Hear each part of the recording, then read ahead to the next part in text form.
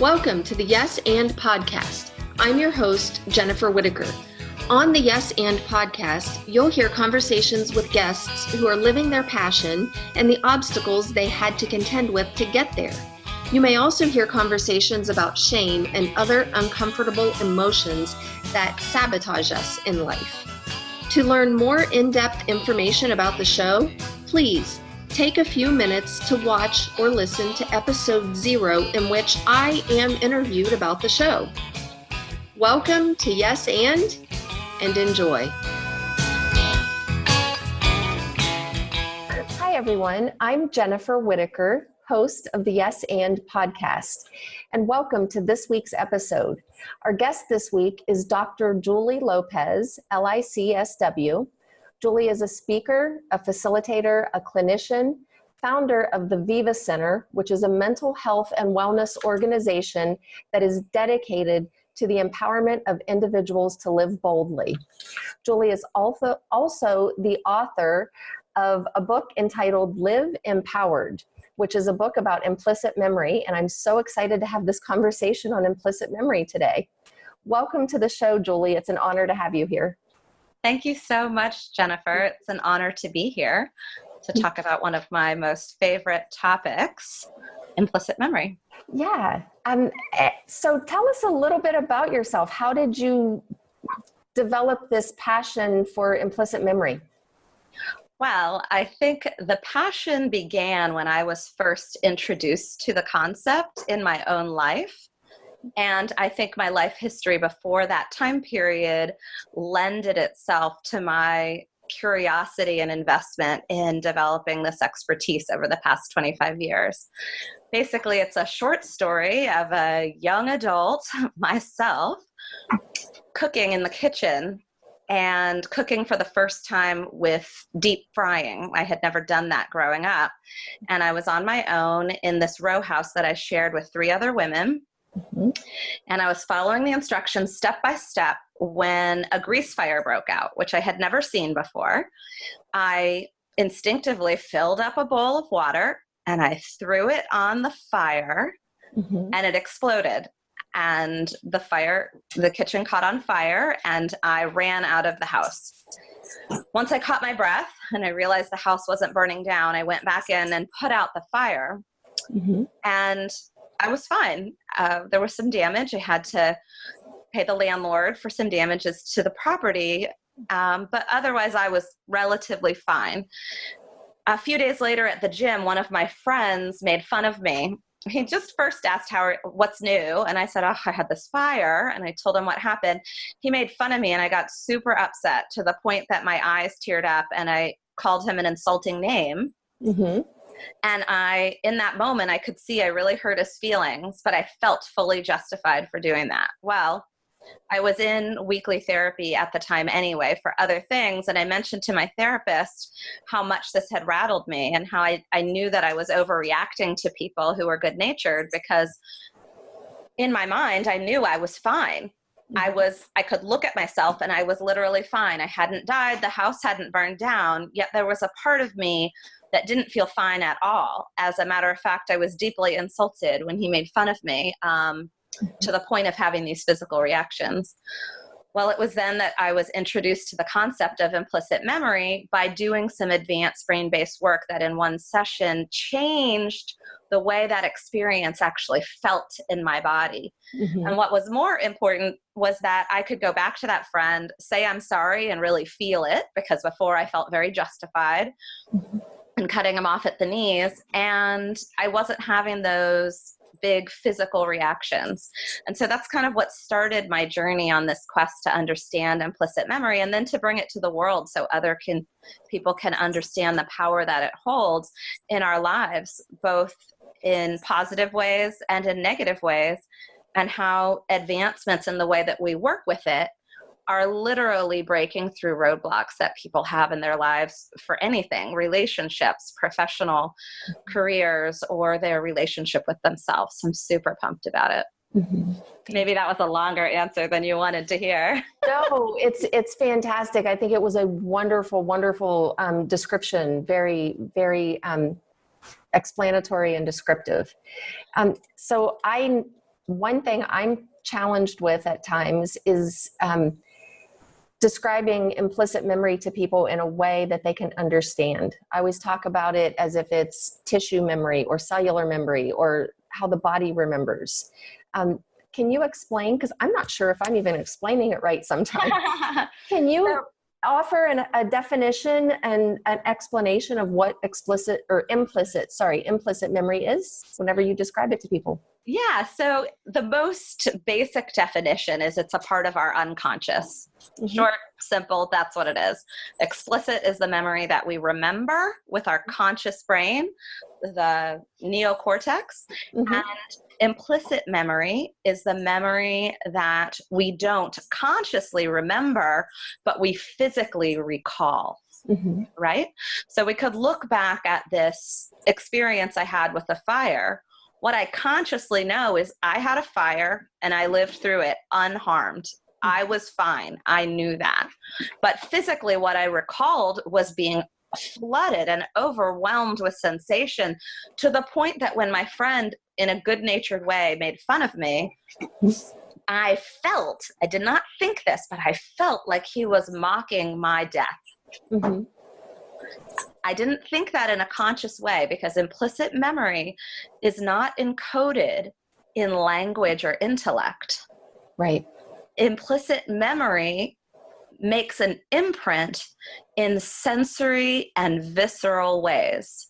And what I mean by that is something you see, something you smell, mm-hmm. something you feel, something you sense, you touch, you hear. So for me, I heard an explosion, I smelt the fire, I saw the flames, mm-hmm. and it encoded something in my system mm-hmm. on this deep level mm-hmm. that said, you need to immediately take action because this is an emergency.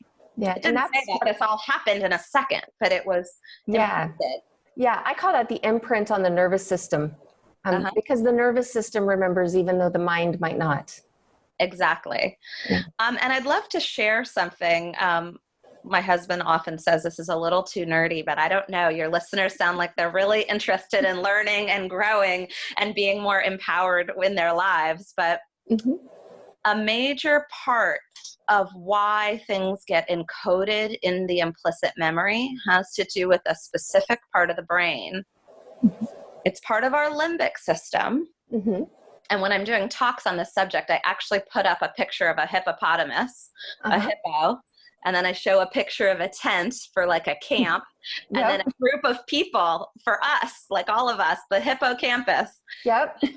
Everything about the way implicit memory is stored has to do with the hippocampus.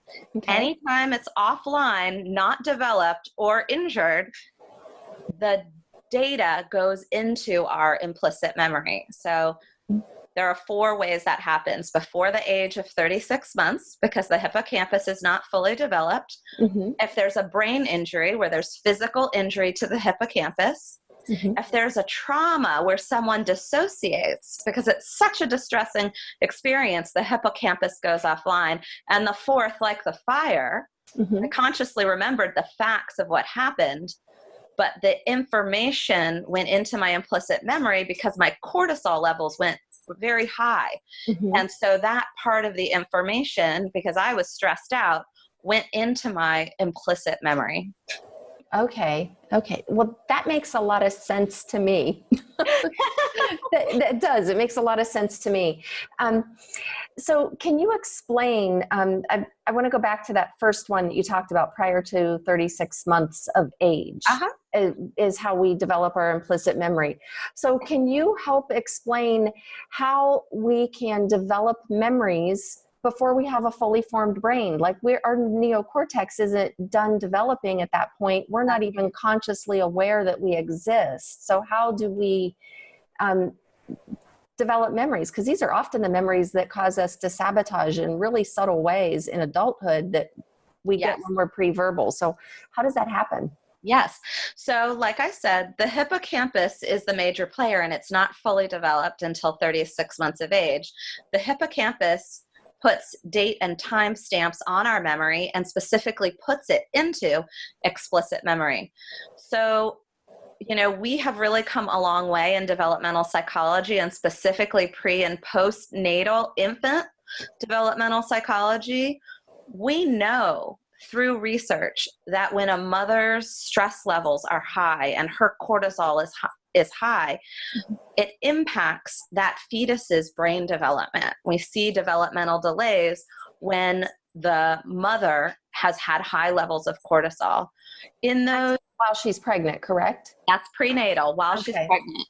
Okay. And then after birth, Piaget, the most famous infant developmental psychologist, was adamant about the way that an infant is absorbing sensory data as a building block for understanding the world and the way that it works. And of course, life is not perfect. So there are times when an infant is the bystander to distressing events, or has a family system that's stressed out, or there are maybe less than ideal environmental factors, and their system is taking in all these sights, sounds, smells, hungry to understand their place in the world and the world that they live in, and how to adapt to it and how to survive it. So those type of experiences, like I said, those sensory or visceral pieces of data are laying tracks in our brain, specifically in our neural networks, that tell us in this sensory way about the world. And we use those, day by day, moment by moment, year by year. Our system is so complicated, it's constantly building on the data that we already know. Okay. And so that makes a lot of sense if that's how our body absorbs and remembers implicit memory, that we become really reactive later in life. It can be. Like I said, it's not that implicit memory is positive or negative. It just is what it is. So one of my areas of expertise, and that I'm particularly passionate about, is the experience of the adopted person. Why? Okay. Because I'm adopted. And I spent the first 2 months of my life in an orphanage with lovely people. I have been there to visit. With 20 cribs and a few caregivers. Far from ideal in terms of what we know about infant psychology and developmental psychology. And so it's reasonable to believe that when a child has a change in caregiver time and time again, or is removed from their biological family, or witnesses different experiences that tell them people aren't safe, or getting close to someone means that you're going to get hurt. I'm not saying they're thought of consciously. Remember, like the fire, it was just an imprint. I didn't think ever, well, I probably did in that 1 second, that I was going to die, but that's how my body was holding it. And so those are the types of saboteurs that we could expect to see, and only become a problem, right, later in life, when someone says, oh, I want to be in an intimate relationship, or I want to get close to someone, and every time I push them away, and I don't know why. Because I've read all the books on relationships, I'm going to seminars, I'm perfectly capable, I have the equipment, the knowledge, the capacity, but time and time again, I'm undermining myself. Right? And it becomes a pain point. And that's when I start to go in a little bit deeper to say, probably some data stored in implicit memory that's beyond your conscious knowledge is at play here. And I have a lot of stories where someone comes in because there's one of these pain points in adult life, but they really can't see any logical reason why they would be sabotaging themselves, or why things wouldn't be working out when they were trying so hard. I use the example of relationships, but it could be career path, or professional life, or relationship with self. A lot of compulsive behaviors or chemical addictions can be traced back to data that's held in implicit memory. Fascinating. Yeah. And don't get me started. I could just keep on talking. Oh, I love it. I'm already learning so much. This is fascinating. So I'm assuming, I hate to make assumptions, I'm I can't imagine that you're not familiar with the ACE test. Yeah, of course. I'm also a trauma specialist. So Okay. the ACE score is a big piece of people starting to feel validated in their experiences, or starting to have a way to score kind of their life and the things they've been through.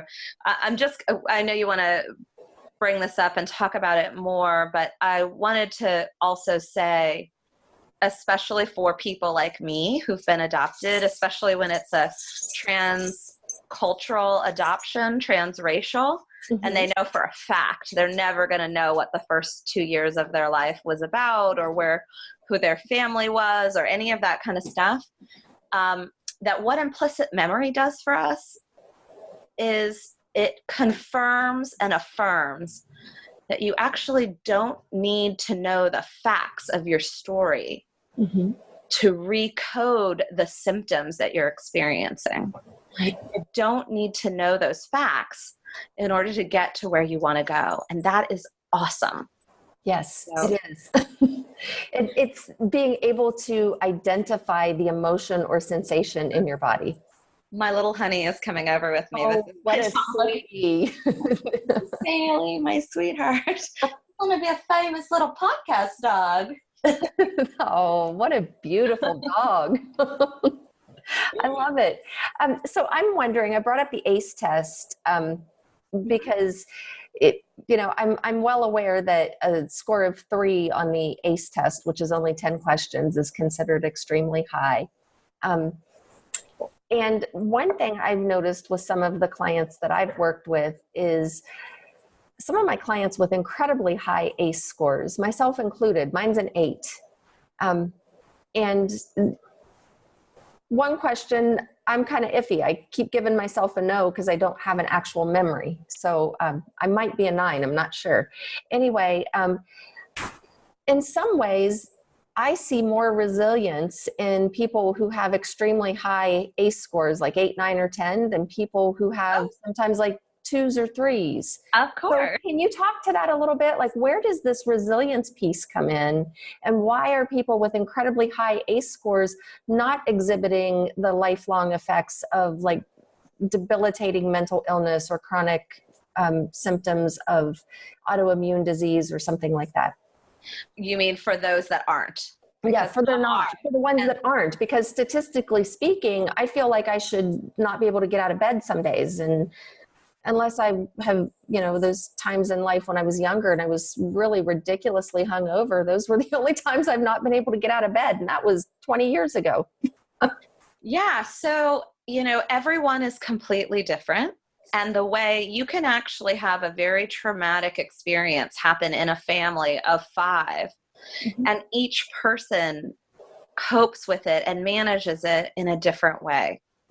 And I have found, honestly, that the strongest people on the planet, regardless of the types of symptoms you were just talking about, the severe mental illness or the severe drug addiction or the, real failure to thrive, regardless of that, there are things in life that shatter people, and they are terrible.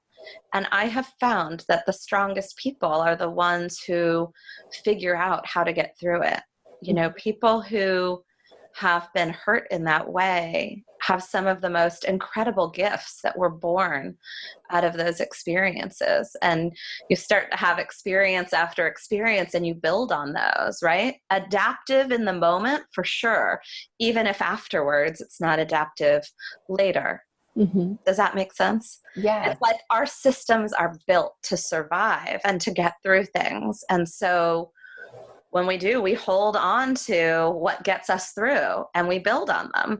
And some of them might be getting in the way, and some of them might be amazing, like being able to dig really deep when you're under pressure, or to see things in the most exacting ways because your life depended on it at some point in time. And those are skills that, for better or for worse, serve people in their lives. Yeah, fantastic. And so I can see myself in some of that. I can see where some of my strengths came out of my traumas. Yeah. And how I adapted to it in the moment. Yeah. And Yeah, it's that's incredible. Like we're built to adapt. We mhm, are built to move and change and to understand the way that our world works. The concept of neuroplasticity, the idea that our synapses and neurons and neural pathways can all move and change, is an amazing part of our human system. mhm, And we can change for the good in the present day. I believe that every adaptation is a good adaptation if mhm, it gets us through something that's challenging. And then sometimes those same adaptations outlive their usefulness. mhm. And I don't care how seemingly destructive that adaptation might be. Jennifer, I just flew back last night from a conference where I spoke, a trauma conference in Missouri. Mhm. And I spoke to the lead neurofeedback provider there, and we were geeking out about, the brain and brain waves and brain function. And he was so jazzed up telling me about this client where they were tracking the brain waves, and they could see this was a teenage girl, that as she was getting more and more agitated, they could see it on her brain. Mhm. And she struggled with cutting herself. And then she cut herself. Mhm. They weren't there for that, but she did. And when they tested her the next day, her brain was so relaxed. It had completely calmed down. Mhm. And I said, wow, how amazing. Her system knew exactly what she needed Mhm. to self-regulate. And he said, no, but we don't want her to cut. I said, I'm not saying that's the end game. I'm saying her system is brilliant because Mhm. it found the exact thing it needed Yeah. to calm down. And he was like, oh, right. I said, no, you may want to adjust it, or she may want to adjust it because of other consequences in her life. But look at that incredible ability, Mhm. right, to intuit what she needed. I think that's Yeah. pretty amazing. And those are amazing things to leverage in other arenas. I Yeah. found a lot of trauma survivors are incredibly intuitive. Yes, I've noticed that as well. Yeah, just I don't know. It's like we don't know it, but we haven't completely lost touch with our gut instincts. Mm-hmm. Yeah, it's awesome. Yeah, it is. And then once you realize that you haven't lost touch with it, and you realize what you've been working with your whole life, it's pretty amazing to start to work with it consciously, Right. because then it really grows. It's Yeah, fantastic. it's so awesome. Yeah, it's fantastic. So I kind of want to circle back around to some of the stuff you've been talking about. So when people get, I think people understand the term triggered. When people get triggered, that like prompts an emotional response in the body, and the emotional response is a chemical reaction. And I've heard the term amygdala hijack before. So can you talk a little bit about whenever we have this emotional response that happens when we get triggered, and we get this really big emotional response that affects our brain, and there seems to be this inverse proportion between how big the emotion is and how able we are to think in the moment. Yeah. Can you talk a little bit to that? Because I really think that's an important point, and I wish our criminal justice system would start to pick up on some of these conversations, especially when there are assaults, rapes, and violations, because when people go into tonic immobility, it's as if, well, why didn't you fight back? Why didn't you say something? And it's something that I feel like a lot of us really struggle to understand whenever we're in such a distressing, high emotional situation, like what physiologically is happening in the body. Yeah, well, when you go into a major trauma like what you just described, and I'll just add in, I worked in the 90s for 5 years at the DC Rape Crisis Center. So I worked a lot with sexual assault survivors. I worked with the Sexual Assault Nurse Examiners Program when it first started in Washington, DC. I worked with the police department, first responders. And a lot of the work I was doing was to help educate those responders on what they were seeing. Mm-hmm. And what they were seeing, Jennifer, was this. Like I said, our systems are built to survive. Mm-hmm. So once our system registers through inputs, right, that it's in danger, there's a higher order of business that takes over. It's the same response that allows us, when we see our dear friend pinned under a car, pick up the car. Mm-hmm. All of our blood flow goes to our arms and legs. Very primal survival tactics come into play. Actually, if you study, and this is the same for humans and animals, when a being senses that they're about to be killed or they're about to die, and you just described a sexual assault. So typically that is the type of signaling that's going on in our brain.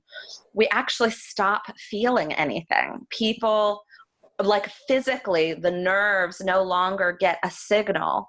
Mm-hmm. And it's protective in nature, and it's to protect us from excruciating pain and suffering. Mm-hmm. And so it's actually physiologically a part of the way that we're structured, and blood flow is no longer going to that frontal cortex that's responsible for these intellectual, conscious decisions. It really is like an autopilot. The same way I didn't want to cry and call my friend a choice name, Mm-hmm. that was an automatic thing in the moment. And I'm sure if someone was testing what was going on with my hormones, my cortisol level was probably super up. My adrenal load was really, high. And I felt fully justified to cut him off at the knees. Mm-hmm. I didn't think through any of that. It just happened. Yeah. And that's how we work. And so that fight, flight, or freeze response is real, and it's not a conscious decision. It's just happening. Right. And it happens so fast when it does happen that our mind usually lags behind a bit.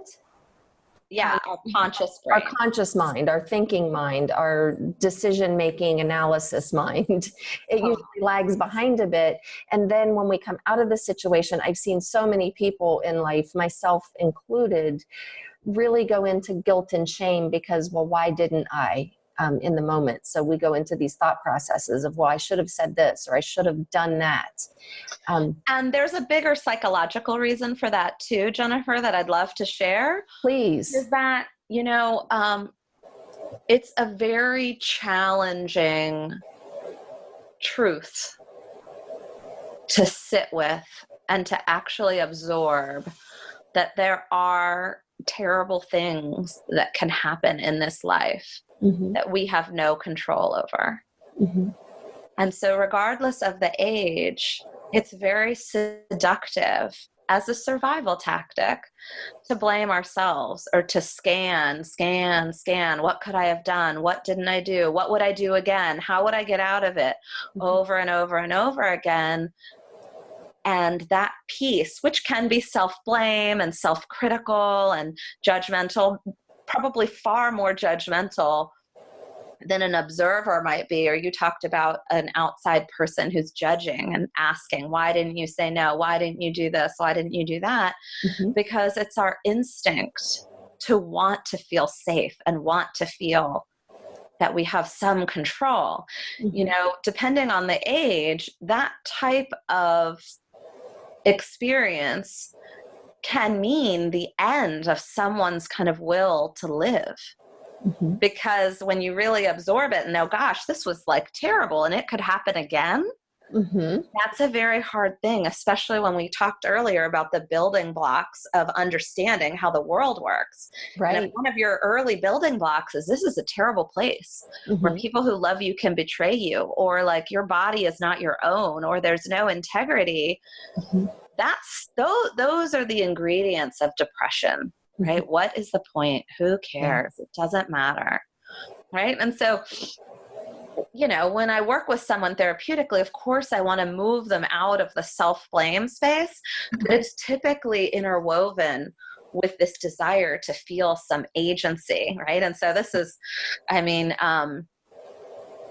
talk about one of the cornerstones of one of our big recovery programs, that serenity prayer, and understanding mm-hmm. kind of things you can control and things you can't, and that there's, a whole bunch of gray area in there. And this is a very hard reality that our culture works very hard not to look at, which is that to any person, regardless of status or stature or race or gender or any other thing, or even behavior, can fall victim to terrible tragedy.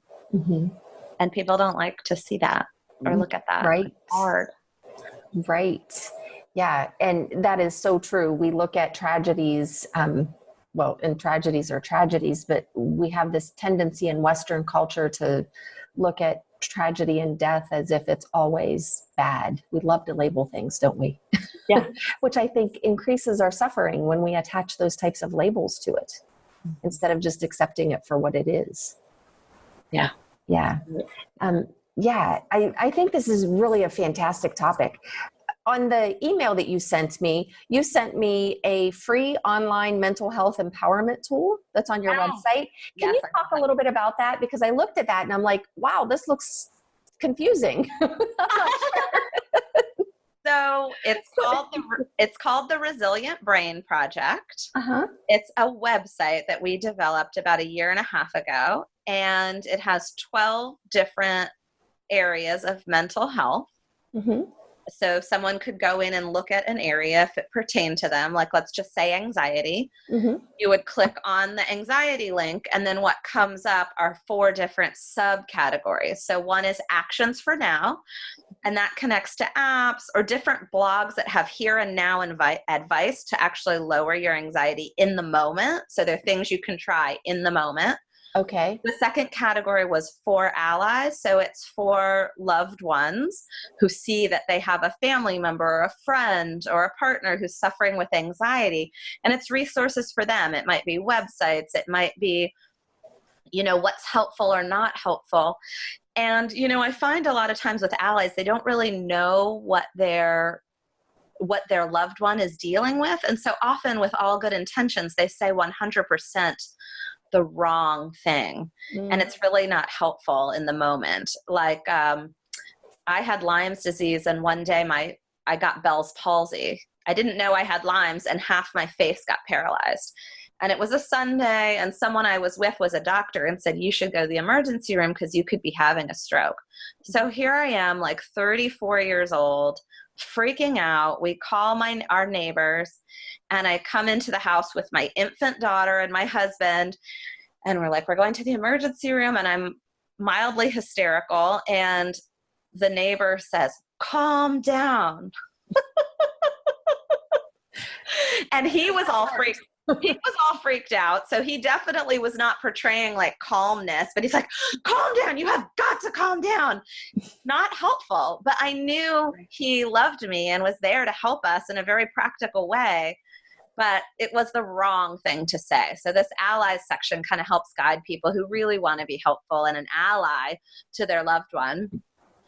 Then we have master the subject. So that's for people who want to learn about anxiety, where it comes from, what causes it, how you can change it, what the science is behind the mood, because anxiety is a mood. And then you're not alone. So that's a section that helps people connect to other people who struggle with anxiety, where they might be in a chat room with people talking about their experiences and see something they experience in someone else and feel like, oh, wow. Maybe I'm not broken. That person actually seems kind of cool. And it helps in the same way that I've seen help in a very powerful way with group therapy, right? Someone hears someone tell a story that they thought was only relevant to them, and they know they never told them. And they're like, oh, I'm not alone.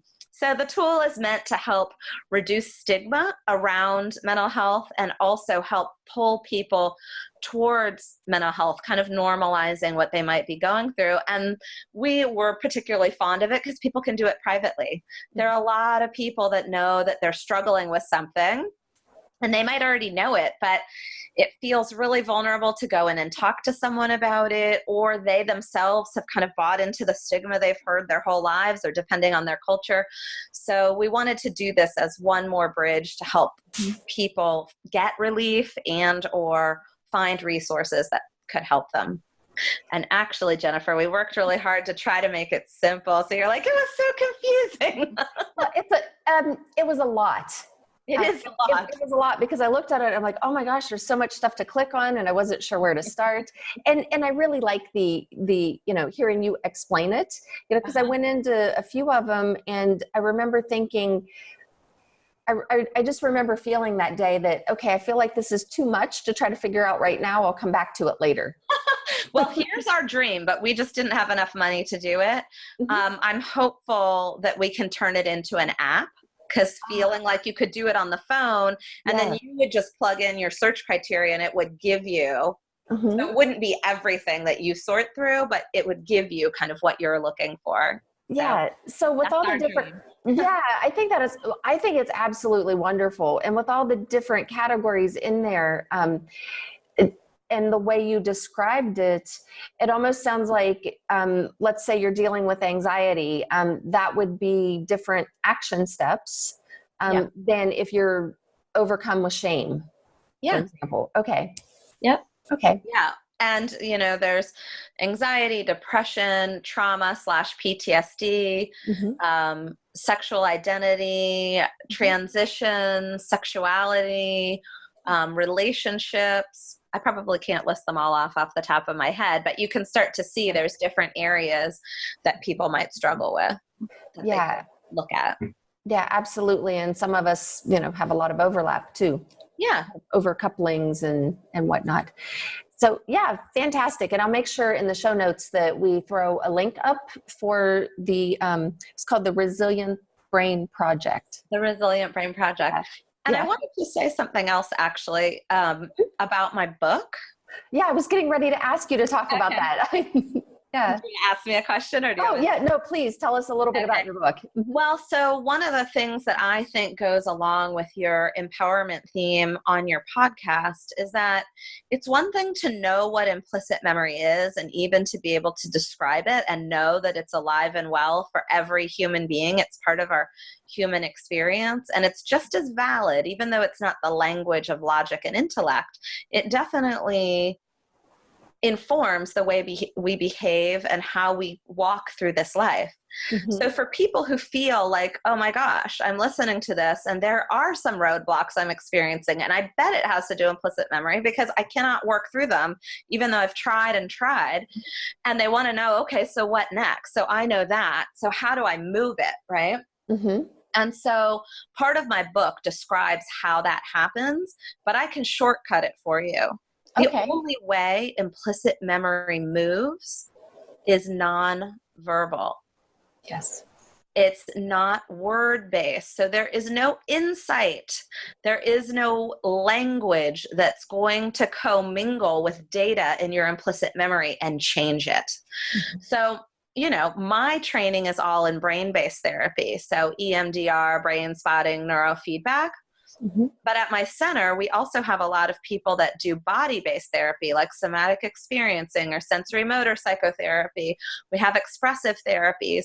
And our main focus is on this non-verbal way of moving information. And in the back of my book, which is very empowerment based, there's a 4-page table with links on various different types of nonverbal therapies that may help someone to move some of that type of data. Including the things that I said plus more. And it's not fully complete. I think what the listener needs to remember more than anything is that the way to move it is going to be nonverbal. And in my book, I actually describe the general steps that are needed to move material, but those can be done through a myriad of different ways, because you're basically trying to change an adaptation or a piece of data that's in your implicit memory to something more adaptive to today. So there's a couple of different pieces to doing that and to tapping into more adaptive memory networks. I love how you describe that. Thank you so much. Sure. I sometimes find it challenging, especially when I have a client that approaches science as if science were religion. And explaining that implicit memory, you can't apply logic and reason to implicit memory, and some of the issues. And they always always try to apply logic and reason to implicit memory. You might tell them to read my book, because I say that many times. It's so frustrating. And Yeah. even by definition, usually the people reading my book or that are in this pursuit, for their most examined kind of best life and to feel fully actualized in their authentic experience, they gravitate toward book learning and to learning in this intellectual style. So it's a very hard pill to swallow, right? That there's a part of our brain that doesn't respond to that language. It's like speaking Chinese to someone who only speaks Russian. It does not connect. Yeah. People don't like that when they have had lots of mastery in their intellectual, logical world. So yeah, I get that was me for a long time in my life. Things really, really started to change for me when I had this aha moment where, oh my gosh, it's going to be experience that turns this around. It's not going to be thought.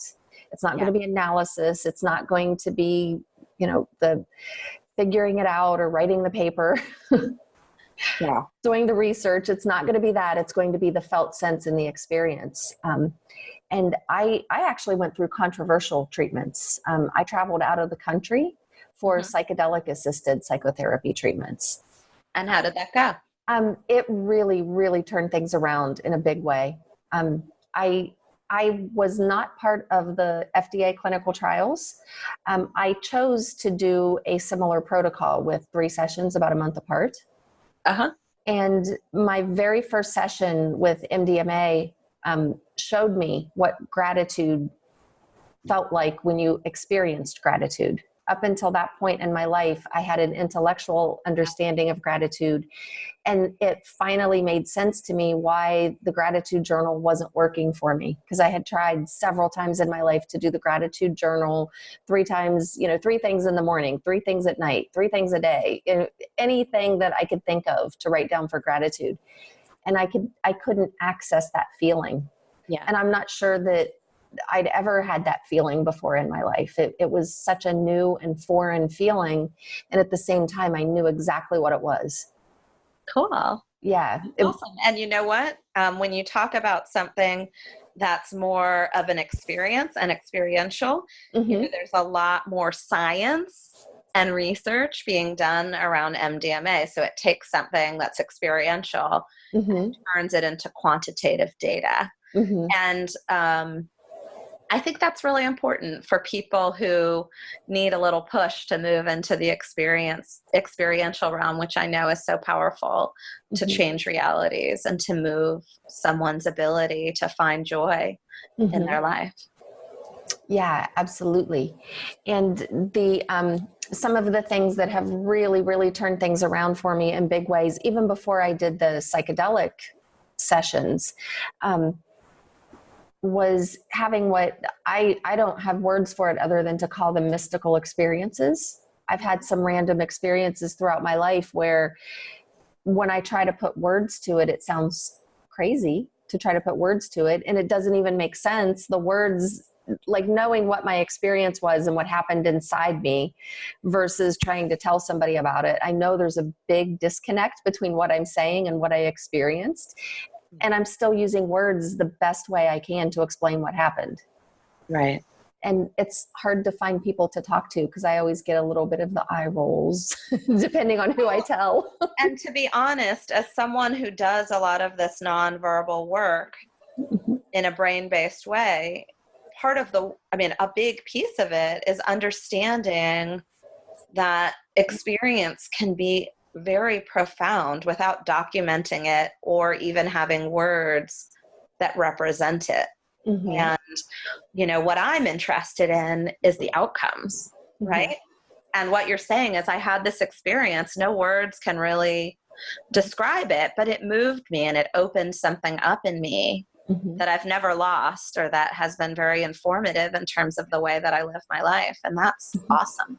Yeah, absolutely. That experience of gratitude in my first MDMA session has become an anchor point that I've been able to get back to on a regular basis. Awesome. And yeah, so it's changed how I meditate and how I fall asleep at night, how I wake up in the morning. It's pretty amazing. That's awesome. Yeah, it's pretty amazing. So you mentioned a lot of different body-based therapies. And I know from my personal experience, I found things like cognitive behavioral therapy actually in a few instances in my life to make me worse, not better. So I quit going. Can you speak a little bit about the differences and why one works better or differently than another? Yeah, I actually think cognitive behavioral therapy is great, but it's not going to move data in implicit memory. So what I would say is this. I think cognitive behavioral therapy falls more in the realm of making behavioral change. Mm-hmm. It's very hard to make behavioral change if the felt experience doesn't support that. So I actually, the way that I work now clinically is only in offering intensive. So if it's someone coming in from out of town, I might work with them for 2 days, where we're together. It's not a full 8-hour day because it's just too much. It's more like 4 or 5 hours with a break in between. Mm-hmm. And I say, look, if you're coming to see me because you have a severe fear of flying, and somewhere deep down what it feels like on a cellular level is that you're going to die, or that some of the sounds and smells are associated to this like kind of death experience, and we shift that and move it and now it doesn't feel like that anymore. Well, if you haven't been flying for 15 years, there may be some well-worn pathways of behavior and operation that feel familiar. It may be that you have developed rituals that are more behavioral in nature. And when we take out that deeper cellular experience of death, we've uncoupled it from flying. Mm-hmm. And maybe we've coupled it with safety or information, because in truth, statistically, if we stay just intellectual, flying's way more safe than driving a car. It's like my friend saying, calm down. I was like, I would if I could, but that's just not possible. Where some of the techniques, which are more cognitively based, more thinking based, are much more possible to employ after you've moved the primal messaging that's saying, don't do that, right? Don't fly. So I think there's a place and a space for it, but it will not work with implicit memory. It will not. Yeah. And I've come to learn that I think most of what my issues in life were affected my implicit memory.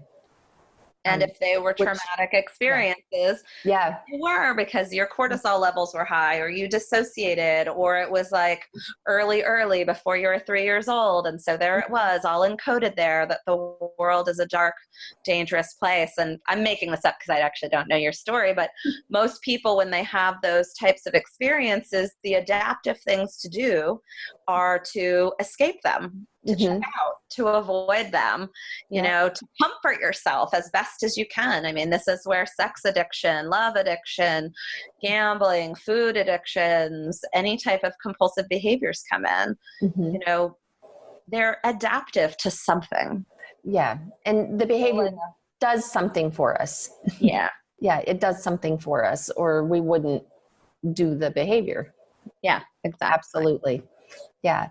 And I think for a lot of us, it's finding the right path that works for us. Because I know so many people that have been helped by CBT. And that was another point of frustration for a while in my life, because I would go to CBT and get worse. And then I would beat myself up inside my own head because there must be something wrong with me if everybody else can get better and not me. And that was because I didn't know the differences. Yeah. And that's a big point that I also make in my book as well. At this conference I was just at, one of the more clinical people that was in attendance said to me, well, what do you recommend more, EMDR or brain spotting? I said, I don't recommend. I mean, yes, there might be certain like outlying behaviors where I'd say, ooh, let's stay away from this or that because they have seizures, or, there's something like that. Mm-hmm. But in general, I believe that every single person is unique, just like a snowflake, and that different things work for different people. And that's a part of being empowered, is recognizing that you have choice, and that there are all these choices, and that there are certain questions you can ask that empower you to be in a better position to choose where you want to invest your time and money, and where you think you might get the best result. MDMA might not be for everyone, but for some people, it might be a really important piece of their healing. The same way that, art therapy or shamanic journeying or, craniosacral work might really unlock something very profound. And I think that that's okay. It's part of the journey. Knowing how these things work and that there are certain things that work to move material that's stored in implicit memory is really important. When I'm trying to speak in a more easy to grasp way about implicit memory, I call it the brain's hidden control panel. And those type A people, those intellectual kind of like consciously driven people don't like that at all. The hidden control panel. Why is it hidden? I want to find it. I want to change it. Right. But it is, it's literally by definition out of your consciousness. So you really can't access it without the assist of someone else. And that person doesn't need to be, a licensed therapist. It can be, there's actually a chapter in my book where it's not the same as the actual workshop, but I walk people through a methodology that I use when I do workshops. It's called the PACT methodology. And it's a way to start to uncover what might be stored in your implicit memory. And it requires another person, like a trusted person. It's the T is the trust part of the last part of the PACT methodology. Yeah. And just hearing you talk like that, because I'm an empowerment strategist and I work more similarly to a coach than I would to a therapist, because I'm not a therapist, not a counselor or social worker. And I'm a body worker who's, I've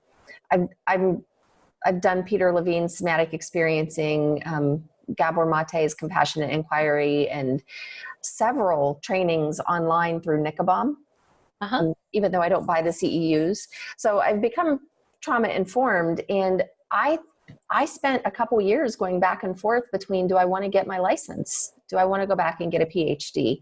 And I decided not to because of my own personal experience. I felt safer in many instances working with somebody who was more at my level, where there was not a power differential. Yeah. And I can remember going into therapist office, and then I would go back into my unhealthy people pleasing whenever there was this power differential. And I'm like, well, I have to do this to please her. Or, it was more of an authority figure sort of thing. Because I did become a perfectionist to get through childhood. And when I had that realization, I'm like, I think I'm just going to, do this with my clients and take out the power differential, because like I said, I don't work with diagnosable conditions or pathologies. So, and it's been working really well. Oh, that's awesome. But it is something to consider, because in my experience, I had issues with authority and issues with the adults in my life. They were many of them were my abusers when I was a kid. Yeah. So it really tapped into a lot of that implicit memory. And I think that's why we need to understand ourselves, understand what we lived through as kids to some extent, or have some awareness so we realize what works for us and what doesn't. So easy to fall into, well, this worked for my friend, so it should work for me. And what I hate more than anything is then the conclusion that people have is, I'm broken. Yes. Well, if this worked for them and not for me, what's wrong with me? Or if, for me or for my tribe, a lot of adoptees feel like, oh, I had the perfect life. Everything I can consciously remember was perfect. So why am I struggling with all these different symptoms? Oh, it must be because I'm broken or defective. So that's something I really want to combat by empowering people about implicit memory and how it works and what it is. Right. And our brains, I think we're just all hardwired to catastrophize and jump to the worst case scenario instead of saying to ourselves something else like, okay, maybe that treatment's not for me. We come to the conclusion, I'm just broken, I'm defective. Why do we do that? Well, to be honest with you, I'm in your camp because I had early trauma, but theoretically, when people are learning as little bunnies, as little ones over and over and over again, that one way isn't the only way, they grow a system that's much more adaptive. I don't think it's everyone's conclusion. And I certainly know that through treatment and through a lot of hard work for those of us who have early trauma, you can actually learn to be in a different state where it doesn't feel like I'm just broken. It's like, that didn't work for me, but there's room for me and other people, right? It's much more of that middle ground as opposed to an all or nothing. Mm-hmm. Because the all or nothing response is an adaptive response when there's trauma, right? Mm-hmm. You either kill or be killed. Something you might never do if you weren't in a war or a battle or a violent kind of situation. But it's that fast and it's that on or off. So our brains move to that if that's what we learned is the way to make it, right? On or off, all or nothing. Mm-hmm. This worked for them, didn't work for me. They must be good. I must be bad, right? When in reality, the more adaptive state for us as human beings, whether it's emotional or psychological or physical, is much more fluid and flowing, right? You can kind of go with this or that and be like, no, I don't think I'm going to. Yes, I am. I don't know. I can't decide, and that's okay. Right. Or I'm going to be messy, and that's okay. Right. Exactly. And Jennifer, I wanted to share with you my main coping strategy in my little fear-based life was perfectionism also. So I know how painful that can be too. It's super energy sucking and very anxiety producing. Yeah. And my perfectionism has been my biggest strength and my biggest saboteur, because my perfectionism is directly tied in with my procrastination. And now that I'm aware of it, not so much. But in the past, I realized that if I felt like I couldn't be good at something, or if I couldn't produce something that was perfect or, up to my standards, maybe not the standards of the person who asked me to do it, but my standards, because I'm really hard on myself, I would really procrastinate and just put it off and spin my wheels a lot of times in life, because I was so scared of putting something out that wasn't good enough. And it was paralyzing. Many times in my life, it was paralyzing. Yeah. So you're the founder of the Viva Center. Yeah. Tell us a little bit about the Viva Center, and do people travel to see you? Do you just work with local people? Tell us a little bit about that. So people do travel to see me. Most of our clientele is local. I started working in this intensive format this year that I mentioned earlier, but we have 25 practitioners at the center. All are licensed master's or PhD level practitioners, and all have invested greatly in postgraduate training, like some of the kinds that you were mentioning with what I call trauma royalty, the Peter Levians and the Gabor Mates and things like that. Our niche in the community is nonverbal therapy. Okay. So everyone can do traditional talk-based therapy, but people come to us because they've heard about these other ways of working and that they can be added on to a traditional therapeutic experience. So we have a whole range of areas of expertise, but we are a trauma-informed practice, which is a paradigm of practice that understands that our system responds in normal ways to distressing experiences, and that when we understand that, we can more expeditiously get the treatment results we want, because we're dealing with root causes rather than just the symptoms. Okay. And do you find some of these normal ways that we respond to incredibly stressful and traumatic situations have just been pathologized and put in the DSM and medicated? Yes, I do. I most certainly do. So we provide DSM diagnostic codes because, 95% of our clients, get reimbursement for our services, but we 100% do not believe in that whole system of diagnosing. I have done a number of workshops on depathologizing access to disorders, right? These personality disorders that by definition are defined as unchangeable, part of the personality. This is just the way I am. What I think those are early mappings in early developmental history that say this is the world. And we know in the last 20, 30 years, there's been a burgeoning of research, study, and development of very effective ways of moving that data. So philosophically, I don't believe in the DSM at all. And I actually have this chart where I've mapped out every diagnosis and how to understand it from a trauma-informed lens. Oh, wow. How do you like that? When are you going to publish that so we can buy it? Because my mind is like, can I see it? Sure, I'll send it to you. It's just a chart, but that's been a fun kind of workshop to do from time to time. And actually, we're working this summer, and our goal is by the end of 2019 to at least at a minimum have our trauma-informed clinical practice program available online. It's something we've been doing for 6 years. It's a postgraduate training program. And I think once we get that project all finalized, we're going to start putting up some of our other workshops that we do. Okay. So then anyone anywhere can get access to it. And that is definitely one of the workshops I'll put up. Okay. Now on your workshops, because I've noticed that my access to workshops varies on who's putting them on.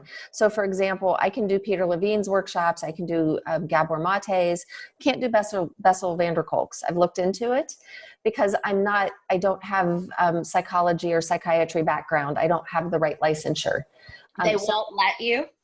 No, because I'm a body worker. So they won't let you. They're like, you cannot come in. This is the requirement. I have called and asked before looking or hoping that I could sign up for a class, and they said no, I didn't have the right licensure. Now that was I think 3 years ago when I called and asked, so I don't know if they've changed. Do you accept body workers or absolutely.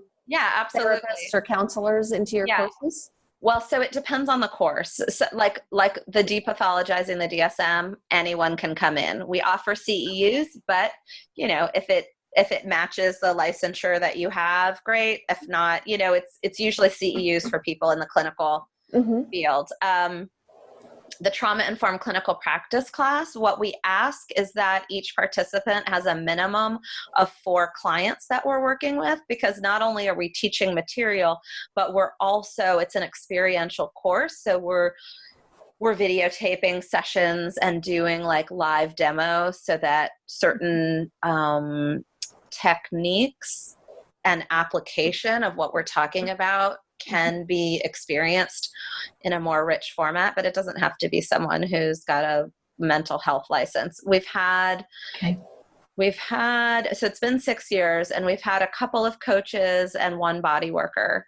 And like yourself, they weren't doing traditional only body work, right? My understanding of my friends that, like, for example, I guess it depends on the type of body work, but I know in traditional massage therapy school, of course, the instructors always talk about how there's a mapping between the physical and the emotional, but they're really not taught much more than that, like what to do with it or how to work with it.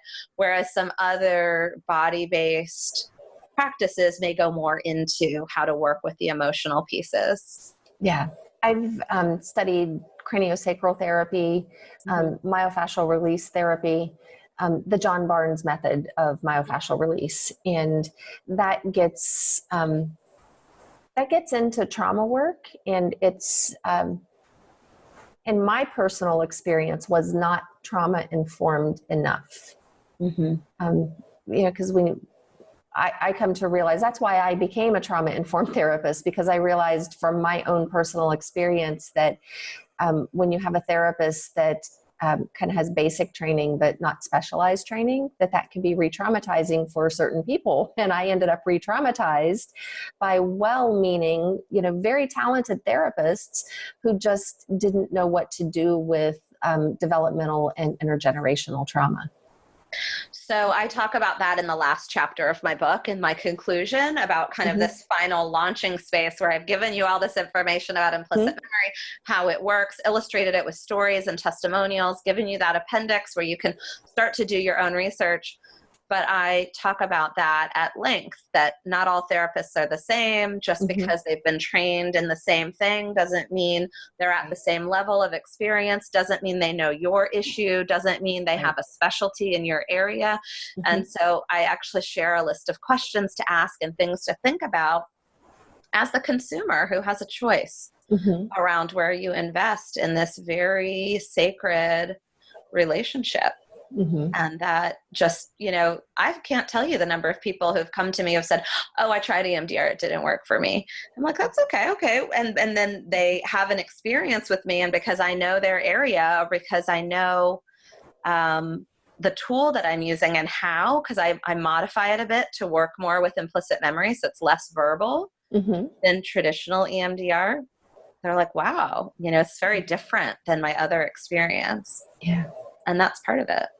Yeah, absolutely. The right practitioner and trusting what it feels like, and that it's okay to say this, I don't think this is a match for me. It's okay. Yes, that is so important. And I do that with my clients too. Anybody who's potentially interested in my program, I do a free 90-minute, let's either do a Zoom or sit down in person if you're local and talk about this. For exactly the same reason that you just said. So they have the choice and the opportunity to choose me, not just jump in to work with me. Because I've found myself, signing up for programs where I agree to work with somebody for, 2 or 3 months at a time. And I get a couple sessions into it going, oh, I don't like this person. I wish I knew this sooner. So I want people, I think an hour and a half, you can pretty much determine if you like somebody or not. Totally. Yeah. So I don't charge for that session at all, because it gives both of us a chance to get to know each other. And I've turned some people down because I'm like, I don't have the right skill set to work with you. Let me refer you to somebody else. And I think that's important too, because you have the time then to use your skills and your knowledge to decide what's within your best practice. It's a mutual relationship. Yeah, exactly. Yeah. And from when we set this up and scheduled it, and I didn't have time to get your book and read all of it. So it just showed up yesterday on Amazon, and I didn't have time to read it like last night and today. It was yesterday and today. Don't even worry. And just so you know, it is the easiest read. I did it like that on purpose. Like most of my editing the last 3 months before my publication deadline, we're all having non-clinicians read it. I rewrote things. I made it as simple as I could and readable without question. And it's a lot of stories, but it's a very quick read if you're in the mood. Yeah. I can't wait to read it because I do work most often. I kind of see my specialties, I guess, as developmental and intergenerational, with that type of implicit memory. And awesome. And and I've been making really, really fantastic progress with myself, with my clients. Such fulfilling work, the most fulfilling work I've ever done in my life. And I can't wait to read your book, because I'm actively looking for a book to roll into my program as required reading.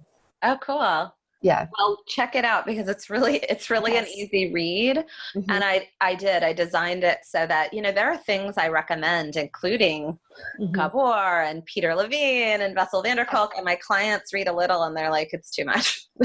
Or they're like, it's too technical, or it's too, it's just too hard to get through all of it.